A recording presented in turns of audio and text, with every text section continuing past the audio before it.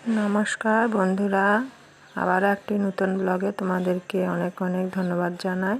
তো আজ তোমাদের সাথে আমি এই গাঁদা গাছ পরিচর্যার বিষয়ে কিছু বলবো। তো এখন তো আর গাঁদা গাছে ফুল আসার টাইম হয়ে গেছে, শীত বেশ চলে এসছে। তো এই মতো অবস্থায় আমি গাঁদা গাছগুলোকে কিভাবে কি করব আর কি খাবার দেবো সেগুলো তোমাদের সাথে শেয়ার করতে চলে এসেছি। তো ভিডিওটা দেখার আগে যারা নতুন বন্ধু তারা অবশ্যই আমার চ্যানেলটা সাবস্ক্রাইব করে রেখে দেবে, আর পুরনো বন্ধু যারা তোমরা আমার পাশে থাকা বেল আইকনটি টিপে দেবে, তাহলে পরপর ভিডিও চলে আসবে। আমি সমস্ত ধরনের ভিডিও বানাই, তোমরা তো অনেকেই জানো। তো কথা বলতে বলতে দেখো আমি গাঁদা গাছগুলো প্রথমে দেখালাম যে কিছু দড়ি দিয়ে গাছগুলো একটু বেঁধে দেওয়ার চেষ্টা করবে, তাতে যদি দরকার হয় একটা কাঠি দিয়ে মানে একটা স্ট্যান্ডের মতন কিছু দিয়ে তারপর এইভাবে গোড়াতে বেঁধে দেবে, গোড়া থেকে একটু উপরে গিয়ে। আর তারপর গাছের মধ্যে যেই সমস্ত পাকা পাতা বা কোনো কিছু পোকা লাগা পাতা থাকে তাহলে সেগুলো এইভাবে কেটে ফেলে দেবে, কারণ গাছপালা প্রতিটা গাছই বেশিরভাগ পরিষ্কার পরিচ্ছন্ন ভালোবাসে। তো ঠিক এইভাবে গাছগুলো আমি এখন পরিষ্কার করে নিচ্ছি দেখে দেখে ভালো করে। আর যদি তোমার এই সময়ে কোনো জাপ পোকা বা কোনো কিছু লাগে তাহলে অবশ্যই অ্যান্টিফাঙ্গাল কিছু স্প্রে করবে। তো আমার গাছে এখন অবধি দেখো কেমন সবুজ হয়েছে, গাছে তেমন অসুবিধা নেই বললেই চলে। সেই জন্য আমি এখন একটু পাতাগুলো বেছে নিলাম। আর এই যে দেখো এখানে রয়েছে একটা খাবার, কি বলো তো এই খাবারটা দেখে বুঝতে পারছো নিশ্চয়ই। হ্যাঁ, এটা হলো সম্পূর্ণ জৈব উপায়ে আমাদের যে গোবর সার পায় সেইটা। তো এটা আমি সংগ্রহ করে একসাথে এক বস্তা করে এনে রেখে দিই। তো এই সারটা আমি এখন কিছুটা জল দিয়ে ভিজোতে দেবো। তোমরা চাইলে এভাবে লিকুইড বানিয়ে খাবার দেবে, তাহলে দেখবে গাছে অনেক ভালো ফলন হবে।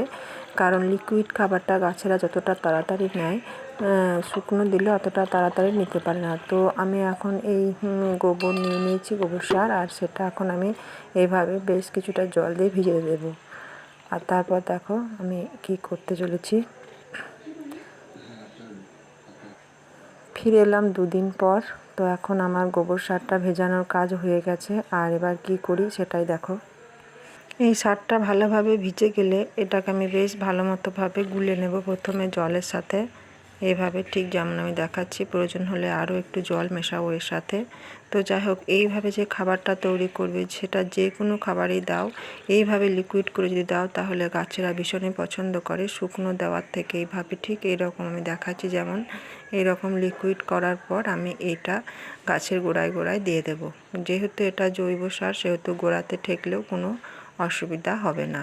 আশা করছি তোমরা অবশ্যই বুঝতে পেরেছো ব্যাপারটা কিভাবে কি করতে হবে। তো তোমরা এই শীত আসার শুরুতে গাঁদা গাছে এইভাবে পরিচর্যা করো, দেখো শীতের সময়ে প্রচুর প্রচুর ফুল পাবে। আর গাঁদা ফুলগুলো তোমার যে কোনো পুজো পার্বণেও খুবই প্রয়োজনে লাগে, দেখতেও ভালো লাগে। তো আমার এখন গাঁদা গাছগুলো এইভাবে আমি পরিচর্যা করে নিলাম, আর তোমরাও এইভাবে করে নিও। আর ভিডিওটা কেমন লাগছে অবশ্যই জানিও। কিছু প্রশ্ন থাকলে তোমরা কমেন্টে করতে পারো। আর যারা নতুন বন্ধু রয়েছো তাদেরকে আমি অবশ্যই বারবার বলবো তোমরা সাবস্ক্রাইব করে রেখে দিও চ্যানেলটা। আর পুরনো বন্ধুদের আমি অনেক অনেক ভালোবাসা জানাই। তোমাদের অনেক ভালোবাসায় আমার চ্যানেলটা যতটাই চলছে তোমরা এভাবেই আমাকে ভালোবাসা দিও, তাহলে আমি কিছু দূরে এগোতে পারবো। তো যাই হোক, দেখো এখন আমার সমস্ত গাছগুলো এভাবে আমি লিকুইড খাবারগুলো একটু একটু করে দিয়ে দিচ্ছি। ছাদ বাগানে আমার মোটামুটি 10 থেকে 15টা মতো গাঁদা গাছ রয়েছে, তো সেগুলো সবই আমি এইভাবে খাবার দিয়ে দিচ্ছি। আর এখন উপরে যে লিকুইডটা ফুরিয়ে গিয়ে তারপর ভিতরে আবারও যে যখন ঘন হয়ে আসবে তখন আমি আবারও লিকুইডটার মধ্যে জল দিয়ে এইভাবে আবার সব গাছের মধ্যে দিয়ে দেব। তো যাই হোক, আজকের পরিচর্যা এতটাই। আবার ফিরে আসবো অন্য ভিডিও নিয়ে। ততক্ষণ তোমরা সকলে ভালো থেকো, সুস্থ থেকো।